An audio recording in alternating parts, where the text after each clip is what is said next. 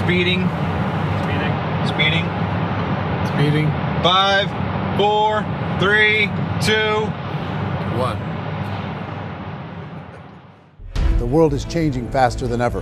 What used to take decades is now taking years or even months. What you see right now is the illusion that people have had for many decades about the workplace being this secure place to work the rest of your life. For the first time in the history of our nation, our children will not do as well as us. We've seen our friends get laid off, we've been laid off, we've had our pay cut. People are overworked and underpaid. They seem to have less time and less freedom. They live under constant pressure. This is going to be forced. And so even if your employer loves you, they may have to cut you. There's something wrong that on Monday morning, the heart attack rate increases by 35%. Technology is accelerating, job security is declining. It just doesn't seem like the old models of making a living are as reliable as they used to be. Every aspect of our lives, there's a better way out there, but we're still doing it the old way. We live in the greatest country on the planet, and there are a lot of people sitting around complaining and being cynical. Like everyone's whining about this old model, and I'm like, why don't you leave it? Look at all this over here. Look at all this opportunity. Since so much of our lives revolve around our work and the way we make our living, many people are thinking there just has to be a better way. The biggest challenge facing our world today is not making money, is what are we going to do with all the displaced, unemployed people? People are afraid that they're going to make the wrong decision. People are afraid of the unknown. People are afraid that maybe I don't have the skills. Hey, sports fans, industrial age is over. It's dead. It's dying. That's why going to school to get a job is an obsolete idea. A steady paycheck is an industrial age idea.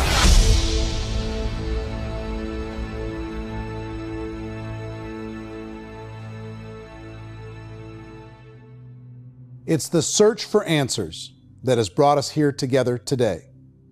My name is Eric Worre, and for almost 30 years I've been an entrepreneur, struggling at times, but ultimately succeeding. As a best-selling author, speaker, and business owner, I've spent my entire career helping millions of people around the world to become entrepreneurs. And I believe strongly that there is, in fact, a better way when it comes to how we make a living. The career landscape has changed dramatically, and many are still working in a model that is completely out of date. What worked for previous generations isn't working as well for people today. In this film, we're going to explore 3 important questions. First, what's really going on in our working world today? Second, in this new economy, is it better to become an entrepreneur, or is it safer to work for someone else? And third, if a person decides to become an entrepreneur and start their own business, how can they do it without taking on massive risk?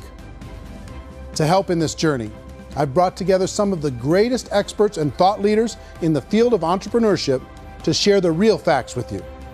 My intention is to give you new information that will allow you to make choices that are not limited by an old, outdated model. Let's start by understanding what's going on in our working world today.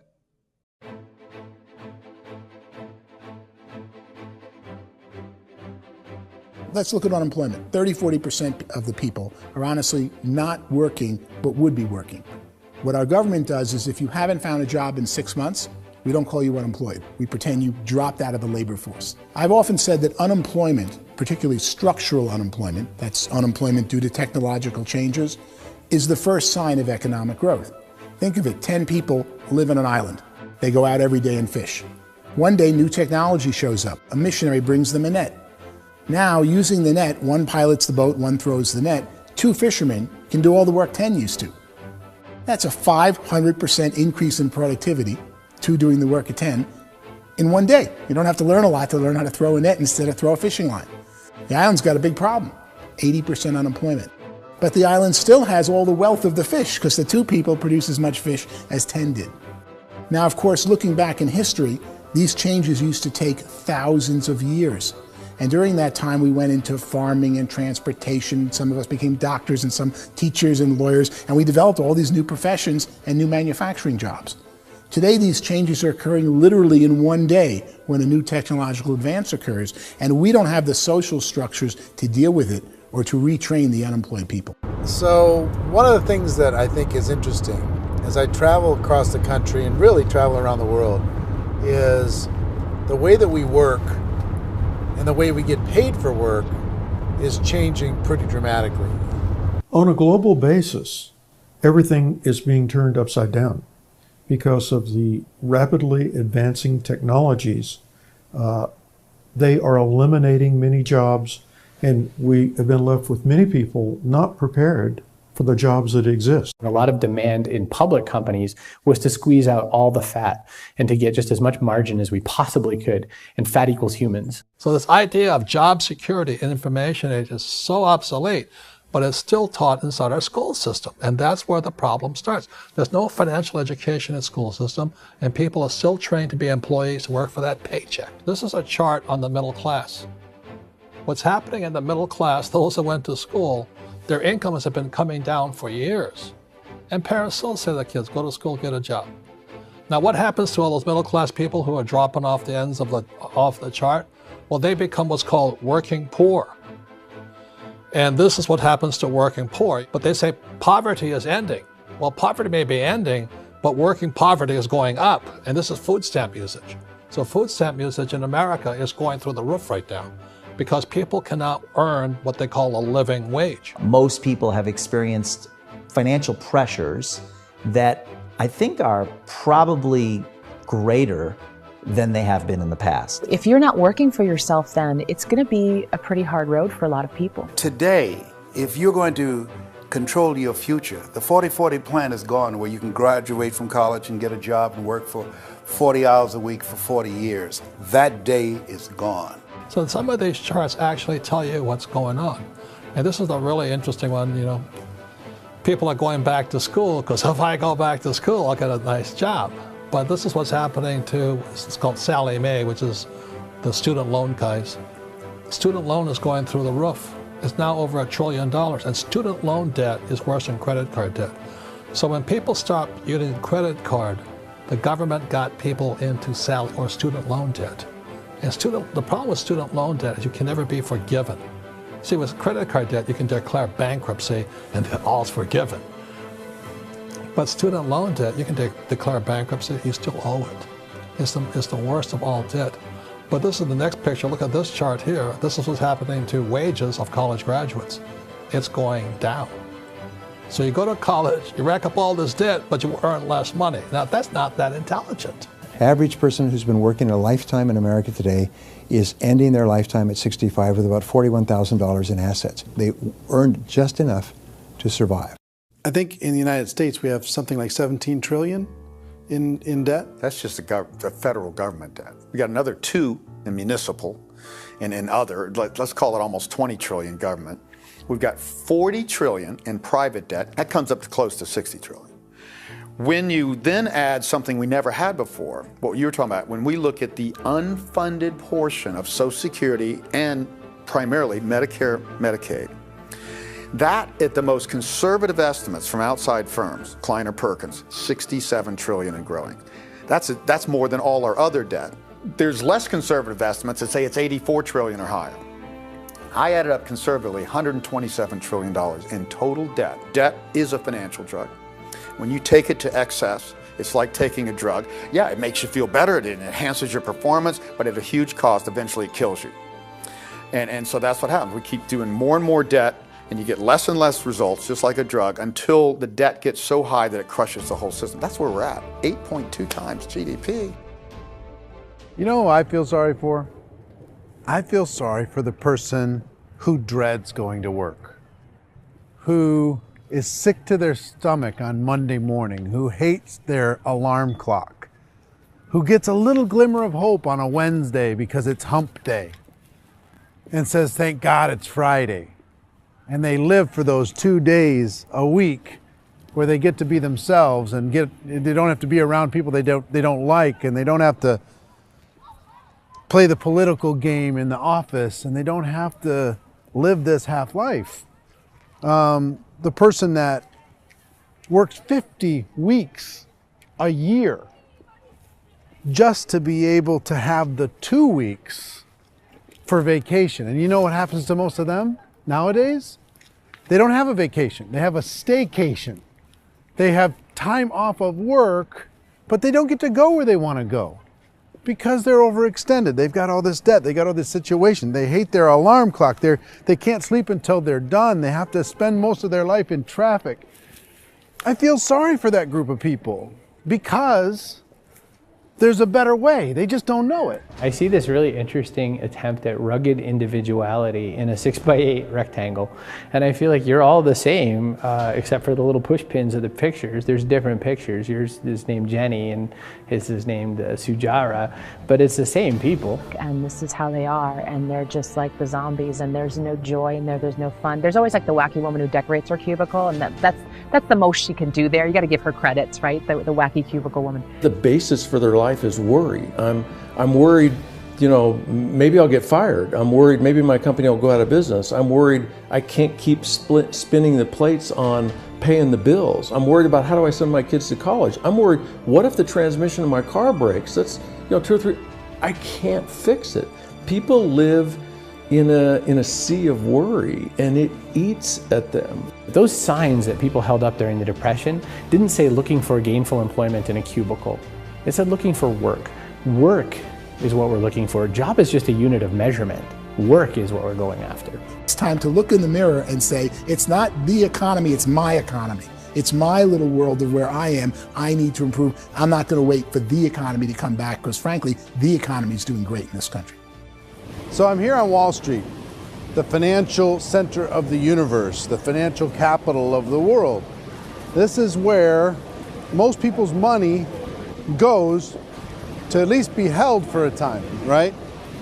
With interest rates in banks being effectively zero, and many experts are predicting it's going to stay at zero for the next 10, 20, even 30 years, people feel like they don't have any choice but to put their future into equities, to put their future into the hands of other people on this stock market, and hope that the stock market goes up, hope that the stocks that their advisors pick or that they pick goes up. That's one way to go, I guess. It's my personal belief that if you put your future into the hands of yourself, in other words, you have earning power by yourself, I think you're a better investment than these guys. I think you controlling your future is a better option than handing over your retirement to these guys. The average household income in the United States is approximately $50,000 a year, what they call the middle class. To reach the top 25% of income earners, you'd need to earn at least $90,000 a year. To reach the top 10% would be a household income of $140,000, the top 5%, $190,000, and to be in the top 1%, you'd need a combined household income of at least $380,000 a year. So here's the question. What do you think would give you the best chance to move up and get to the top 10%, the top 5%, the top 1% or beyond? In my opinion, and in the opinion of many, many experts, the answer is to become an entrepreneur, to become your own boss. I think you have to be a business owner. I can't, the only time I ever say to someone it'd be great to be an employee is when they've already told me they've surrendered. I only tell people who are wounded spiritually that they should be an employee. And it's that feeling that you get when you pick up the backpack off the little Cub Scout and say, "Don't worry, little guy, we'll get you back to the camp." You know, it is in no way a kindness when I tell someone they'd be a great employee. The other status symbol really increasingly is lifestyle. I mean, people can own their own business, maybe even work out of their house. That, I tell you, people admire that, like, gosh, I wish I could do that. The spirit of the entrepreneur is to be a risk taker and to be resourceful and unstoppable and to have a vision of yourself beyond where you are and not willing to settle for life as it is. Think about the great entrepreneurs. They're visionary. They have heart. They're willing to do today what others won't so they can do tomorrow what others can't. Personally, I don't think of the new economy, the old economy. I create my own economy. The entrepreneur's in control. I decide what the economy is going to be like. In the world of entrepreneurship, there are no limits. You can make as much as you want, depending on how much you want to work and how smart you are and how great a team you put together. There's no more lifetime rewarding business than being an entrepreneur. Why in America, where anyone could be anything, would people want to give up their freedom and become effectively a modern-day slave, told shut up and be here every morning at 7:30, leave at 5:30, and do what I tell you? If people decide to become an entrepreneur and work for themselves, they have some traditional options, but they're riskier than you might think. Any kind of a retail business, retail build-outs, is extremely expensive.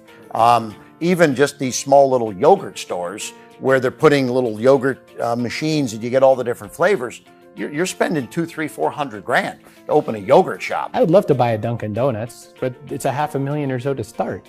I don't quite have that just in case money. Risk you can lose it all, and most guys do 2 or 3 times, and even big guys like Branson, because I'm such a fan of his, half his companies don't work. If you make $1 million, your problems are going to go. If you make $1 billion, your problems are really going to go.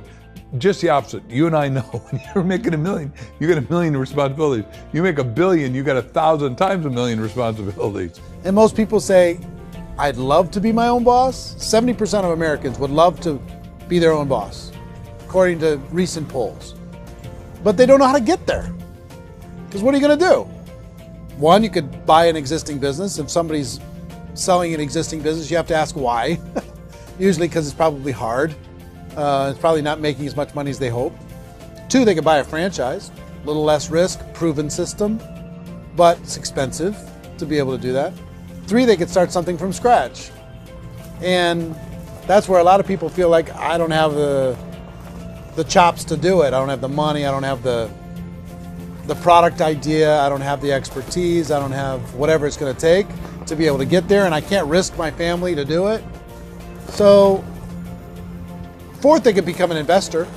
A lot of people in this town invest to try and figure out a way, but you got to be pretty smart with that game too, right? Venture capitalists, who are the very best and most sophisticated in investing in new breakthrough businesses, make it on 1 out of 11. That means 10 out of 11 are mediocre or fail. Most of them fail. That's the risk there. An angel investor is lucky to get 1 out of 15 or 20. A business is a team sport.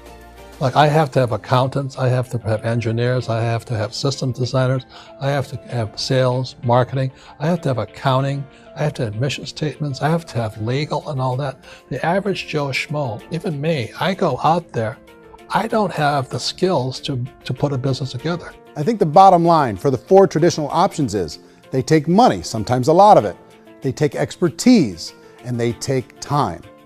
All of that adds up to just too much risk for most people. I bought a business from somebody else and it was a lot of work. And you start wondering, what did I just buy? Because I guess ultimately I own your email list and I just overpaid for it. People that start their own business, they spend a lot of money, they spend a lot of time, a lot of effort to get things started. And the more you invest on the upfront, the harder you typically work at it. I can tell you what the success rate is of a restaurant. What is it? They're crazy enough. About 90% of them fail. About 90%, in how quickly? Year or less. Wow. And if we're talking non-franchise, we're talking franchise, Sure. That's totally different. Yeah. But our students aren't getting franchise restaurants. You got to invest the big money. Exactly. And with someone like McDonald's, you've had to work with the company for a long period of time, really know the To even have a business. chance at investing $1 million. Have a chance, and it's a slim chance. What if there was a way that you had all the proven aspects, the comfort aspects, and you could still control your own life? What if there was both? In other words, you didn't have to create everything from scratch. You didn't have to be a super leader. All you had to do, what if there was a proven product already? You didn't have to create the product. And there's a proven system already, proven training already. Everything except an employer. That was the only thing that you didn't have. Do you think more people would be open to working for themselves in that environment?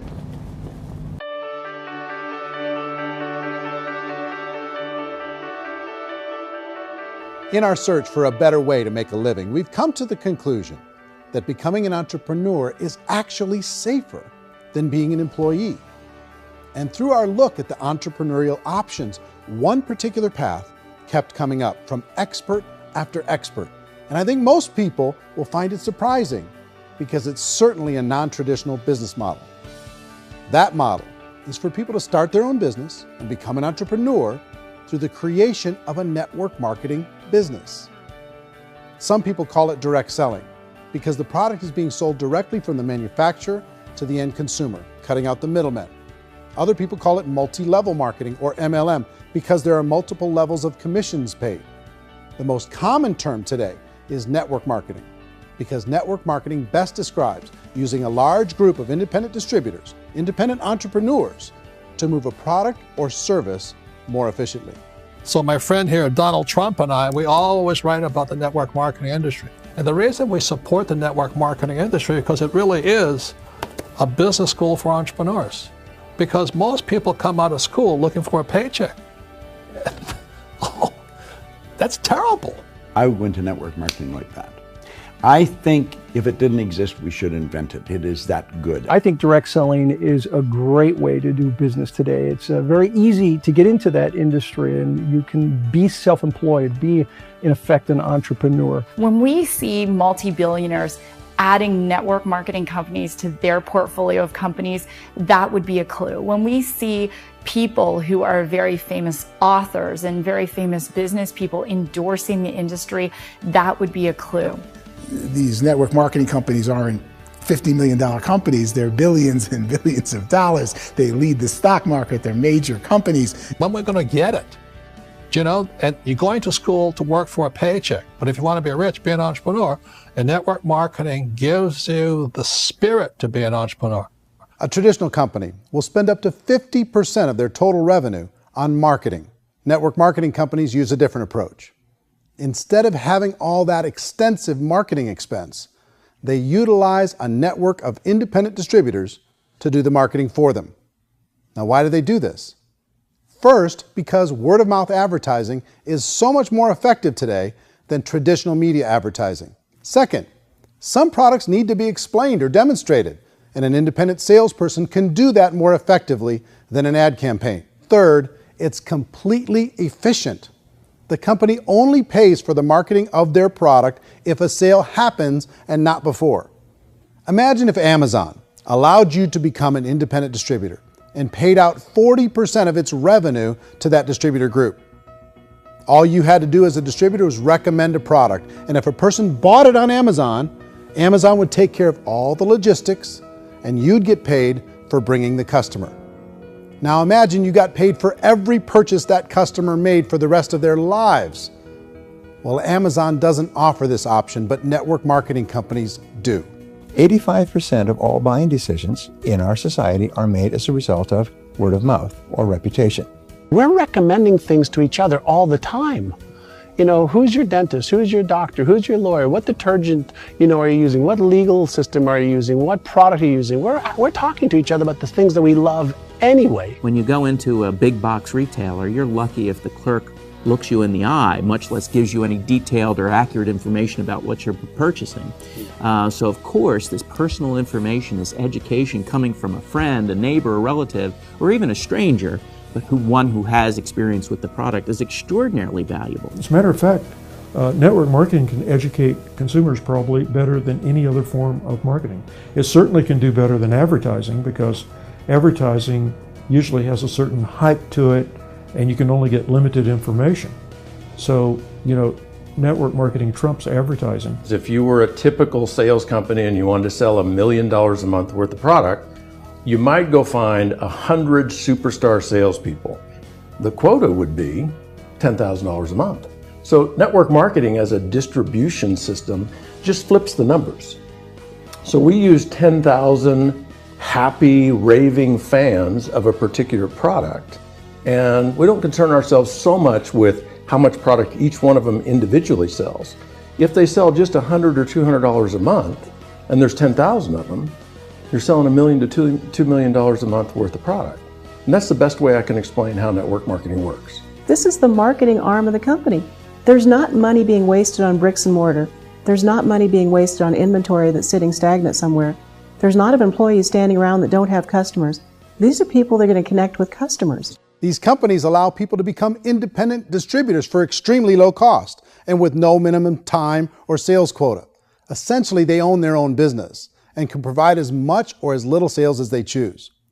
In other words, the distributor gets all the benefits of traditional business ownership without the risk. The advantage of network marketing is the ease of entry, the low risk, and the low startup cost, because almost everything else has very high risk. You can get in for a minimal investment. You're buying into a system that's already been proven, products or services that have been proven to work. The keys to network marketing is providing an opportunity for the masses to get involved, providing an opportunity for the average person who doesn't have the resources to start their own business. All of this so far is fairly straightforward, but network marketing offers another benefit, and it's this benefit that makes it so interesting for entrepreneurs. Network marketing allows a distributor to build their own network of other distributors and then compensates them on the sales created by that entire group. Direct selling is, at its base, very simple. It's the sale of a product or service to an individual on a face-to-face, one-on-one basis, just the way we're talking right now. But there's an important element as well, and that's the offering in conjunction with that sale of product, the offering of an opportunity for someone to make something of themselves. No matter what your social status is, no matter what language that you speak, I mean, look how many unbelievable people are becoming successful that speak every kind of language out there. What an awesome gift to give the world. Instead of having to work your way up in a system and prove that you could be a sales manager, they just decided everybody can be a sales manager. Everybody gets to build a sales team from day one.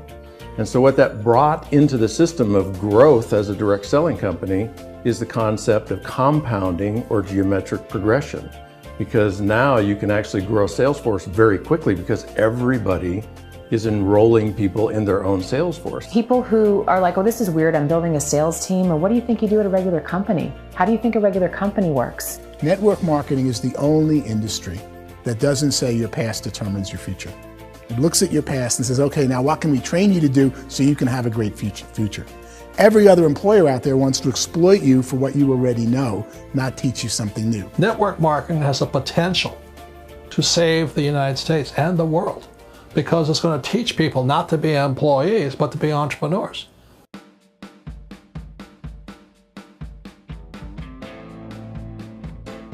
According to the Direct Selling Association, if you add up all the network marketing companies around the world, they combine to do over $178 billion a year in retail sales. To give you an idea of how big that really is, the NFL, the National Football League, does approximately $9 billion a year. The music industry does a little more than $16 billion a year, and the movie industry does about $80 billion a year. Using a conservative average, network marketing companies pay their distributors about 40% of that $178 billion in the form of commissions, which adds up to more than $71 billion a year. That's almost $6 billion a month. It's almost $200 million in commissions every single day. So it's certainly working, and people are making serious money in network marketing. With the growth of the direct selling industry over the last 10, 15, 20 years, we've seen a broader understanding of the channel. We have seen more and more people getting involved in the business, so our penetration in the marketplace has increased, and thus the understanding in the marketplace of who we are has increased. And we've seen non-direct selling companies look at the direct selling model and say, something's going on there. People are making money, companies are being profitable, individuals are being motivated, product is being delivered to market. Maybe we should explore this. Some people think only the people at the top make money. Well, let's take a look at that as well. In the network marketing profession, there are roughly 500 people in the world who earn over $1 million a year.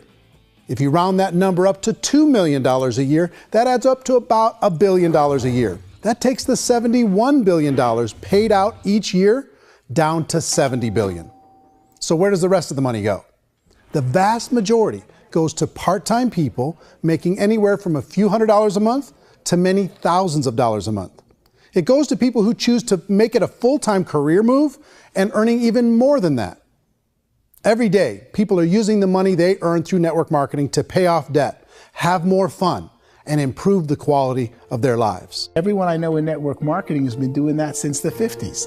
They go to work when they want to go to work. They stop working when they want to take time with their children to have a leisurely breakfast and discuss issues and driving to school. They go back to work when they get home, wherever they're working out of. The biggest thing that I've seen is people that have become much happier in their life. MLM has probably made more millionaires of more people in more countries, and I've spoken to them in 67 countries, than any other single form of business, starting from nothing. If they have a choice between working a job for the next 10 years or working a network marketing business for the next 10 years, the result of working the network marketing business will be better. A lot of people within the industry go on and make this a career and do extremely well at it. Network marketing has been nothing but good for everyone I know that's been involved with it because they did it seriously and they played full out and they've been very successful. It's been a constant barrage of success stories and people showing off stuff that they got as a result of it. How many people are involved? Approximately 16 million Americans and 96 million people around the world are currently participating in network marketing. And in a recent poll, 82% of those people report a good, very good, or excellent experience with network marketing. So people are happy.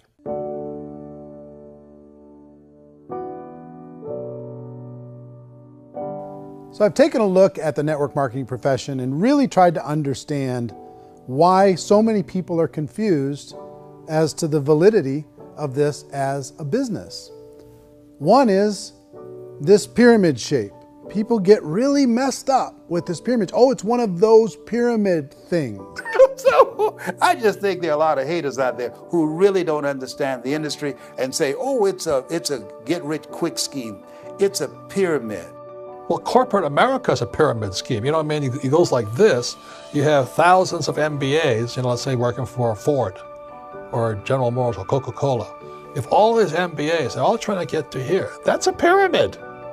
Only one guy's going to make it. Every 10 years, one's going to make it. Whereas you look at network marketing, it's like this. So you're here, and your job is to develop other CEOs coming up behind you. So it's an inverse pyramid. In network marketing, it's a very simple concept. If you sell product, you get paid. It is paid based on production. There is no first mover's advantage. There is no investment component where the more somebody spends, the more they're entitled to make. So the two are polar opposites of each other. It doesn't matter what shape the company is or the compensation plan is shaped, whether it's a circle or a pyramid or a triangle or a trapezoid, it doesn't matter. If compensation is coming primarily from recruitment, then you've got a problem.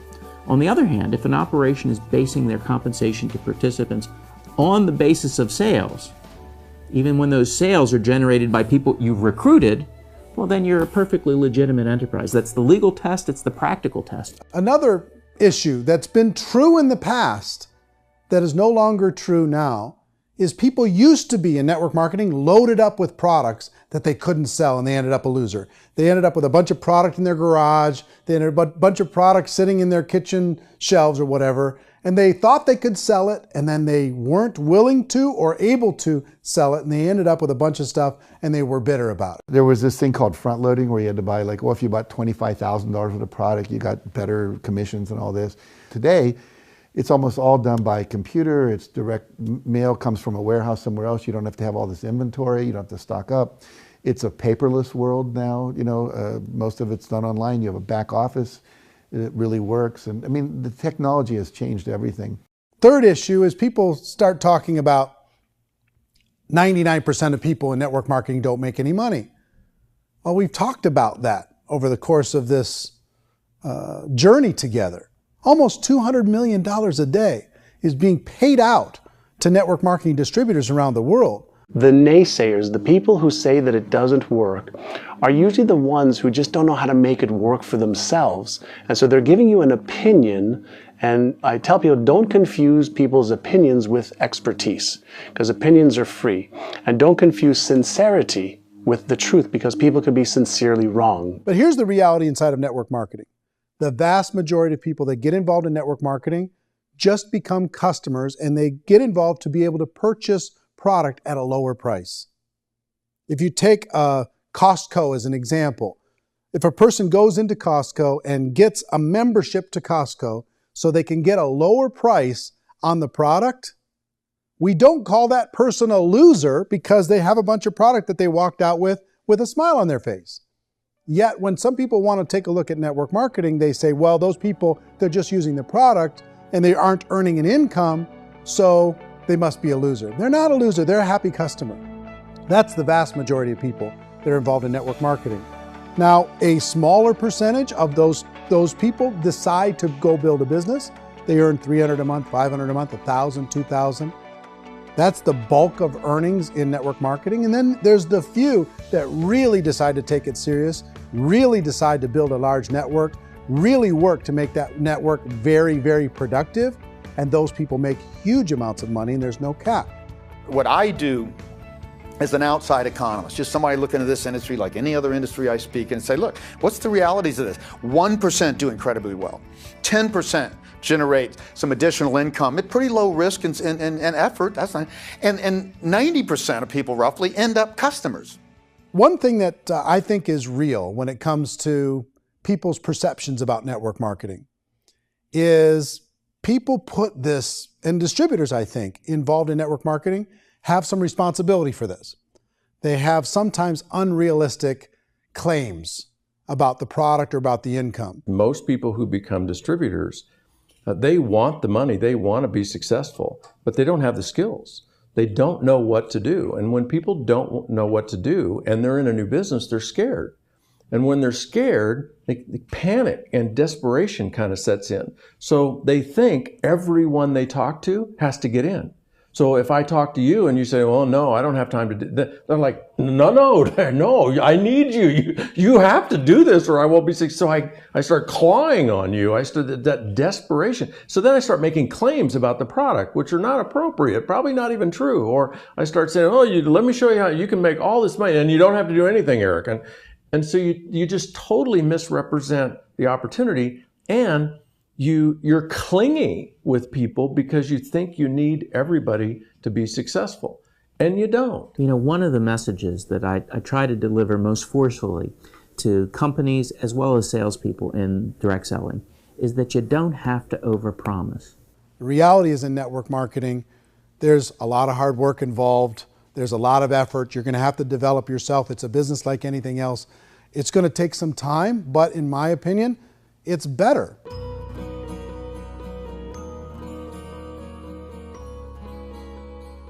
It's light years better for people starting today than it was even 5 years ago. I think it's more widely accepted now, and people understand it is a business. It is being an entrepreneur. It is being a business owner. Our belief system is based upon our evaluation of something.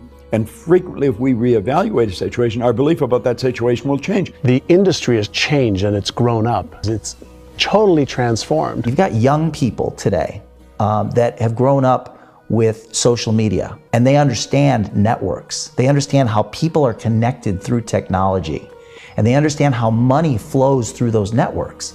So when they see network marketing, they don't see it the way their parents saw it. And we've all learned, the larger industry that you represent, has all learned from those mistakes and flaws and errors that have happened early on. Early algorithms didn't work the right way. That's all fixed. It's like when they design a computer program, they design the program, then they run it, and then they go back through and they debug it. The MLM industry has been debugged. This is the day of being virtual, being able to run a business from your mobile phone. I mean, it's incredible. Companies are getting smarter.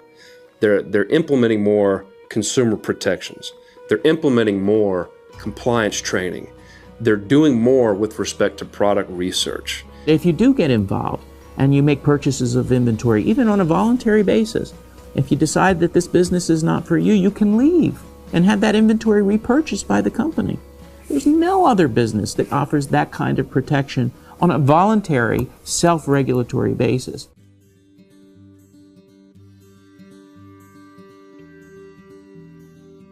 If you decide to look further into a network marketing business in order to generate more cash flow for your family, I would recommend reviewing the following 4 elements. First is the product or service. And on the product or service, I would ask 5 important questions. 1, do you like it? Is it something you would feel comfortable sharing with others? 2, is there a recognized need in the marketplace? It's hard to create a need if one isn't naturally there. 3rd, does the product meet that need? Does it solve a legitimate problem for consumers? And 4th, is it priced to sell? Can it compete in the marketplace? And 5th, is it priced for profit? Is there enough margin for the company and the distributor to be able to generate income for the long term? If you can answer the questions on the product to your satisfaction, the next element to consider is the company itself. Is it well run? Do you believe in the founders or the management team? Do you feel they have what it takes to go all the way? See, it doesn't matter how good the product is if the management can't take care of the company. Good management can change with the times. They can handle adversity. They can make good decisions. Make sure you choose a company that can serve you for a long time. The third element to consider is the compensation plan. And with that, there are 3 important things to look at. First, a brand new person needs to be able to generate some money fairly quickly. It may be an obvious reason, but you can probably imagine the ripple effect of a distributor getting involved and having even a small victory fast. That can only help with the overall success of the organization. Second, a person should be able to develop a moderate part-time income in a reasonable period of time. As they develop their network and as their sales grow, they should be able to enjoy more benefits. And third, for the people who are really serious, for those who decide to really go pro in the network marketing profession, there should be the possibility to make a serious full-time income if they work hard and are committed to developing their skills. If you're comfortable with the product, the company, and the compensation plan, the last thing you should look at is the support that will be made available to you. Does the company have a website? Does it have a solid online reporting tool? Do they have comprehensive training available? Do they host events to help you build your business? If you decide to do this, what kind of a support system can you plug into? Choosing a network marketing company is a personal decision. But evaluating the 4 elements of product, company, compensation plan, and support is a great place to start. Is the company promising that you're going to get rich quick or that you can make a lot of money without a lot of effort? That's a red flag. Is there a product that you really believe in that you think can be sold?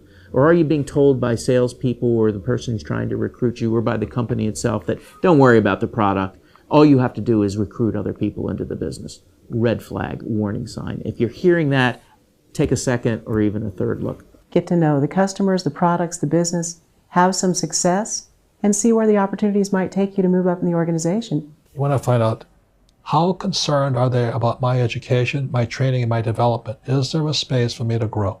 Most important question. Learn everything that you can about the product. Make sure it's something that you believe in, and learn everything you can about the industry and work that system. You have to be very passionate about whatever that company is doing. I would get involved. You can always test drive anything, you know, the product, the service, the community, and then lean into it a bit. If it feels good, then lean into it a lot. Behind me is the Lincoln Memorial. And this is a place where Martin Luther King Jr. had his famous "I Have a Dream" speech.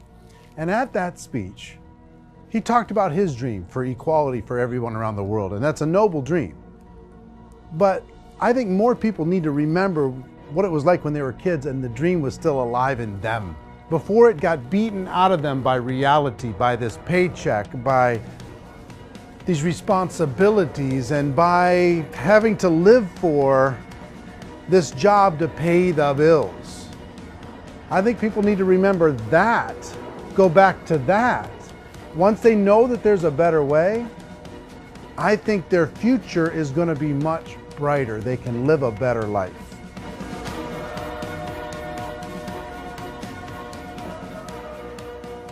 So if you're considering getting involved in a network marketing company, let me offer you just a few pieces of advice.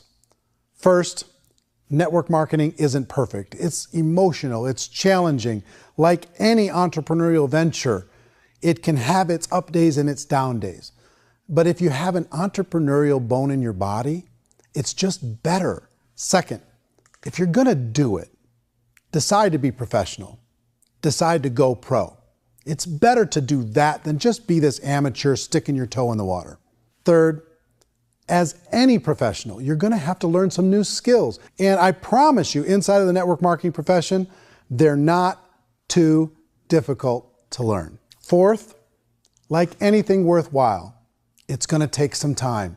Don't expect that you're gonna get to the finish line right out of the gate. And fifth, it's worth it.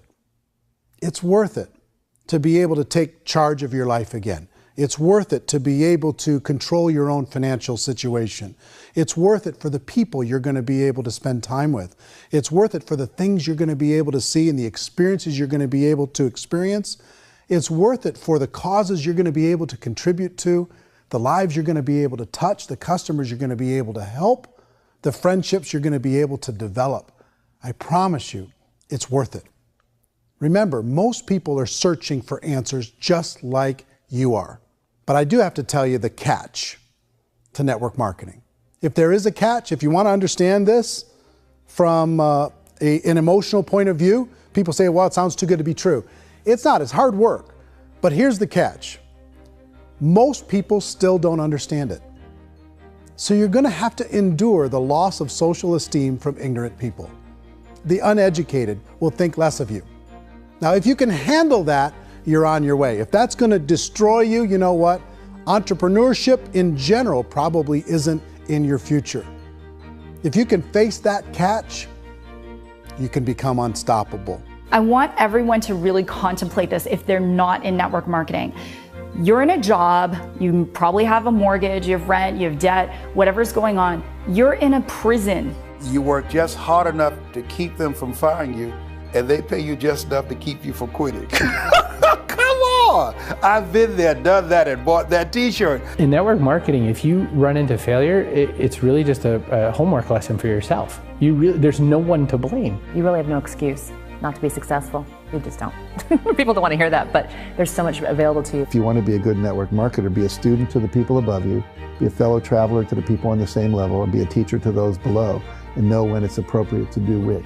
People who are not afraid of asking people to buy things, or not afraid of persuading people with a chance they may say no, these people own the future. Nothing happens until something moves. So you got to go move, you got to go do something, or nothing's going to change in your life. In the beginning, you're going to do a lot of things that you don't get paid for. But as you go down the road, you get paid for a lot of things that you don't do. And your job is rehabilitate the spirit, the entrepreneur spirit in all of us. Get it back. Either give it a strong yes or a strong no, but no wishy-washy, dilly-dally stuff in the middle. There's dreams and there are nightmares, but I believe that the biggest nightmare of all is when you don't pursue your dream. You're going to see some monumental growth in this profession. It's an exciting, exciting time to be involved with the network marketing profession. The next 10 years, I see just exponential growth. When that tipping point comes, it's not a matter of asking somebody, have you ever heard about network marketing? You're really asking them, which company are you building your wealth in? We are here to fix the world, to improve relationships with other people, to improve other lives. And the real reward comes as an entrepreneur in any level from teaching somebody something and watching them soar. There is no greater reward.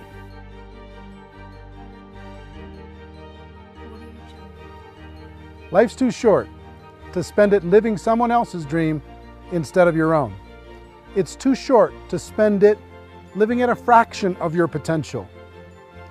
Can being an entrepreneur be a challenge at times? Sure. But here's what you get in exchange. It can be yours. Something that you built, something that you created, something that you made happen. This balloon represents your dream. It represents entrepreneurship. My wish for all of you is that you would reach out and grab it. The choice is up to you.